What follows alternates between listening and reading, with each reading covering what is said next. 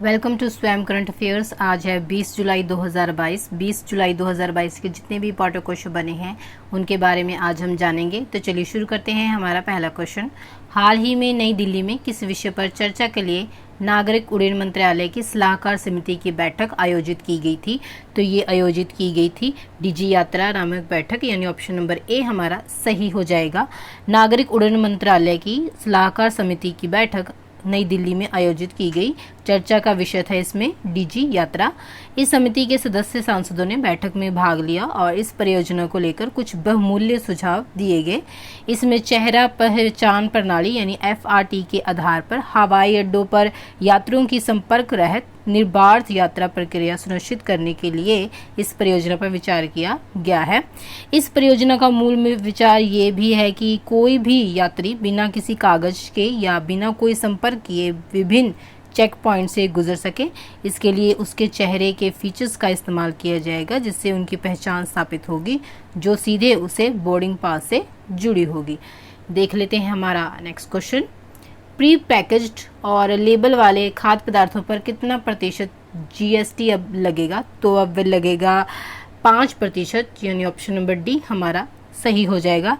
चावल, गेहूं, आटा, पनीर, दही, गुड़, लस्सी, छाछ और लेबल वाला मांस यानी जो जमे हुए को छोड़कर और मछली सहित पहले से पैक और लेबल वाले खाद्य पदार्थों के लिए 5% की नई GST दर अब निर्धारित की गई है।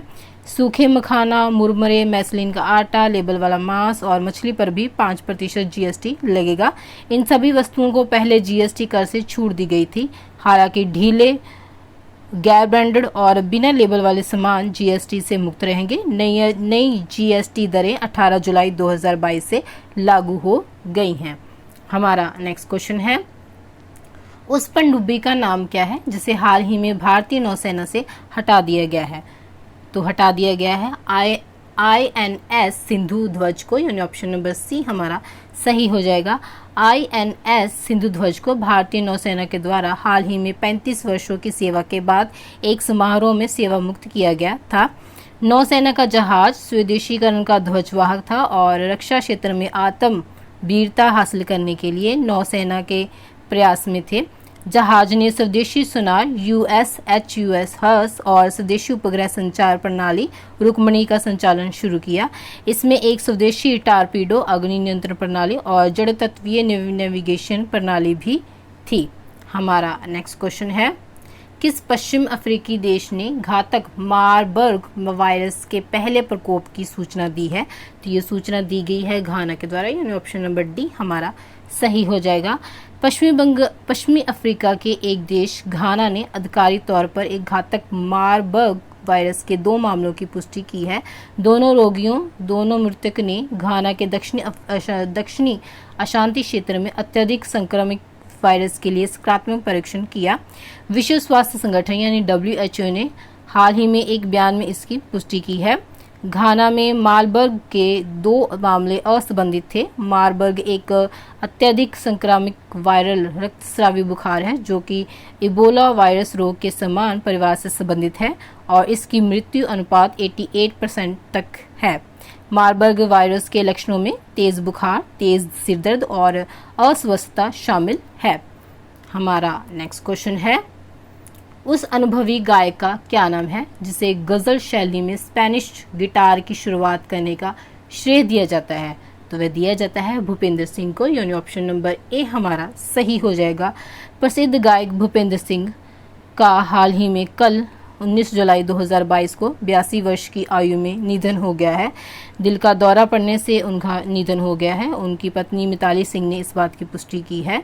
वह 82 वर्ष के थे। गायक का पिछले 10 दिनों से मुंबई के एक अस्पताल में कई स्वास्थ्य जटिलताओं से संबंधित इलाज चल रहा था। वह लंबे समय से बीमार चल रहे थे। प्रख्यात संगीतकार को पार्श्व गायन में सबसे अद्वितीय में से एक के रूप में जाना जाता है। उन्हें गजल शैली में स्पेनिश गिटार, बास और ड्रम पेश करने का श्रेय दिया जाता है। हमारा नेक्स्ट क्वेश्चन है, किस देश ने देश का पहला नागरिकता संशोधन विधेयक पारित किया है? तो ये विधेयक पारित किया गया है नेपाल के द्वारा, यानी ऑप्शन नंबर सी हमारा सही हो जाएगा। नेपाल की संसद ने हाल ही में देश का पहला नागरिकता संशोधन विधेयक पारित किया, जो कि 2 साल से अधिक समय में चर्चा में था, क्योंकि ये राजनीतिक दलों के बीच आम सहमति इस पर नहीं बन पा रही थी। विधेयक 2020 से प्रतिनिधि सभा में चर्चा में है, लेकिन कुछ प्रावधानों को लेकर राजनीतिक दलों के बीच मतभेदों के कारण इसका समर्थन करने में वह विफल रहा था। नेपाल की बात की जाए तो नेपाल की कैपिटल है काठमांडू और इसकी करेंसी है नेपाली रुपया और राष्ट्रपति हैं विद्या देवी भंडारी। हमारा नेक्स्ट क्वेश्चन है, दिनेश रामदीन, जिन्होंने हाल ही में अंतर्राष्ट्रीय क्रिकेट से संन्यास की घोषणा की, किस देश की टीम के कप्तान थे?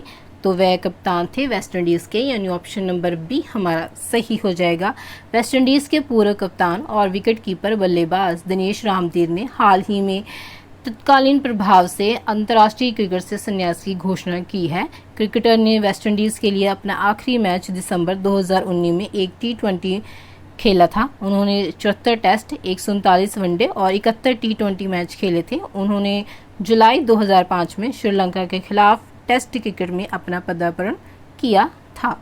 हमारा नेक्स्ट क्वेश्चन है, सरकार ने निम्नलिखित में से किसके लिए नमस्ते योजना बनाई है? तो वह योजना बनाई गई है सीवर और सेप्टिक टैंक की सफाई करने वाले कर्मचारियों के लिए, यानी ऑप्शन नंबर ए हमारा सही हो जाएगा। केंद्र सरकार ने सीवर और सेप्टिक टैंक की सफाई करने के लिए national action plan for mechanised sanitation ecosystem यानी नमस्ते योजना तैयार की है। इसका उद्देश्य भारत में स्वच्छता कार्यों में शून्य मृत्यु जैसे परिणाम प्राप्त करना और सभी सीवर और सेप्टिक टैंक स्वच्छता श्रमिकों को वैकल्पिक आजीविका प्रदान करना है। ये योजना 16 अगस्त 2022 से भारत के 500 शहरों में शुरू की जाएगी। हमारा नेक्स्ट क्वेश्चन है, गौतम अडानी दुनिया के सबसे अमीर लोगों की फोर्ब्स की लिस्ट में कौन से स्थान पर पहुंच गए हैं? तो वह पहुंच गए हैं चौथे स्थान पर, यानी ऑप्शन नंबर डी हमारा सही हो जाएगा। गौतम अडानी अब फोर्ब्स की दुनिया की सबसे अमीर सूची में माइक्रोसॉफ्ट के संस्थापक बिल गेट्स को पीछे छोड़ते हुए चौथे स्थान पर पहुंच गए हैं। फोर्ब्स की दुनिया के अरबपतियों की रियल टाइम रैंकिंग में बिल गेट्स की अनुमानित संपत्ति 102 अरब डॉलर है, जबकि फोर्ब्स के अनुसार गौतम अडानी की कुल संपत्ति 114 अरब डॉलर से अधिक है। फोर्ब्स की सूची में एलॉन मस्क 230 बिलियन डॉलर की कुल संपत्ति के साथ सबसे अमीर व्यक्ति बने हुए हैं। हमारा नेक्स्ट क्वेश्चन है, हाल ही में FIH महिला हॉकी विश्व कप 2022 किसने जीता है? तो वह जीता गया है नीदरलैंड्स के द्वारा, यानी ऑप्शन नंबर बी हमारा सही हो जाएगा। नीदरलैंड्स ने फाइनल में अर्जेंटीना को 3-1 से हराकर अपना 9वां FIH महिला हॉकी विश्व कप जीत लिया है। ऑस्ट्रेलिया ने जर्मनी को हराकर तीसरा स्थान हासिल करते हुए अपना पहला विश्व कप पदक भी जीता। भारत का इसमें 9वां स्थान रहा है। ये महिला FIH हॉकी विश्व कप का 15वां संस्करण था और ये 1 से 17 जुलाई 2022 तक स्पेन के नीदरलैंड में आयोजित किया गया था। तो फ्रेंड्स, ये थी आज की कुछ इंपॉर्टेंट करंट अफेयर्स। अगर आपको वीडियो अच्छी लगी हो तो आप इसे लाइक और शेयर करें। अगर आप चैनल पर नए हैं तो चैनल को सब्सक्राइब करें।